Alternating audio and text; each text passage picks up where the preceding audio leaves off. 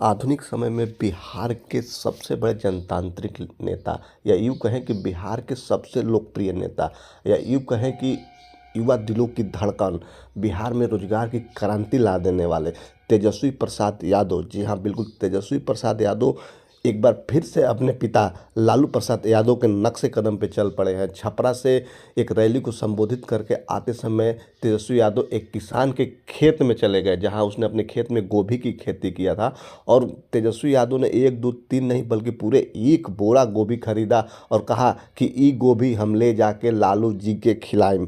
बिल्कुल भोजपुरी देहाती अंदाज में तेजस्वी यादव ने उस किसान का हाल चाल जाना, उसकी बीबी से मिले, उनके बच्चों से मिले और उन्होंने वादा किया कि इस गोभी को हम ले जाकर लालू प्रसाद यादव को खिलाएंगे। और उन्होंने तेजस्वी प्रसाद यादव ने उसके बच्चे को शिक्षा के प्रति कुछ गिफ्ट देने की भी वादा किया।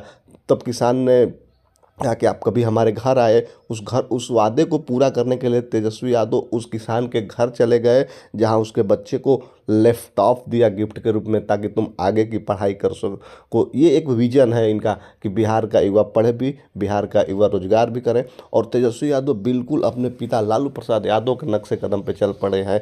जैसे पूर्व में बताया जाता है, आपने सुना भी होगा कि लालू प्रसाद यादव कहीं किसी भी खेत में चले जाते थे, किसी के घर चले जाते थे। यहाँ तक कि लालू प्रसाद यादव एक बार चुनाव में रैली के लिए जा रहे थे और रास्ते में देखा कि एक महिला खेत में चने का साग काट रही थी। उसके यहाँ चले गए, मिले, उससे साग लिया और लिया ही नहीं, उसको बुलाया अपने घर, उसी से साग बनवाया और खाया। और उस महिला ने इतना अच्छा साग बनाया कि लालू जी खुश होके उसको विधान परिषद भेज दिए।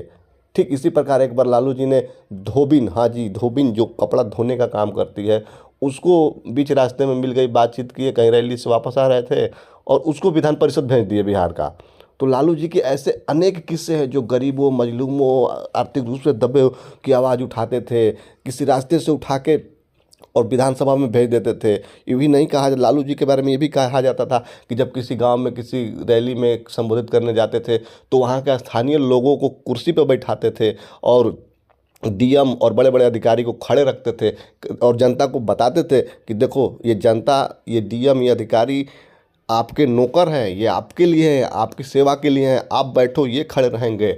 और ऐसे ऐसे करके बिहार के दबे कुचले मजलूमों की आवाज़ उठाते उठाते बिहार के उस सामाजिक लेवल पर लेके आए। ठीक उसी प्रकार से अब तेजस्वी यादव जी उनके नक्शे कदम पे चलने की शुरुआत कर चुके हैं और ये आने वाली राजनीति का निश्चित तौर पे एक परिवर्तन का आधार होगा, जिससे यदि नेता ज़मीनी लेवल पे उतरता है, ग्राउंड लेवल पे जाके देखता है कि वास्तव में समस्या क्या है, चाहे वो किसान की हो, चाहे वो नौजवान की हो। बीते दिनों आपने देखा कि तेजस्वी प्रसाद यादव के सत्ता में आने के बाद बिहार में भर्तियों की बहार आ गई।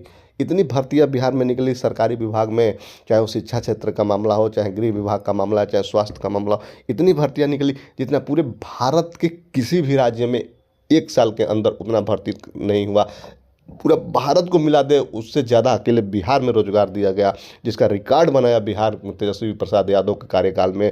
ठीक उसी प्रकार से अब एक बार फिर से चुनाव सर पे है और चुनाव की तैयारियों का जायजा लेने के लिए तेजस्वी यादव अलग अलग जिलों का दौरा कर रहे हैं।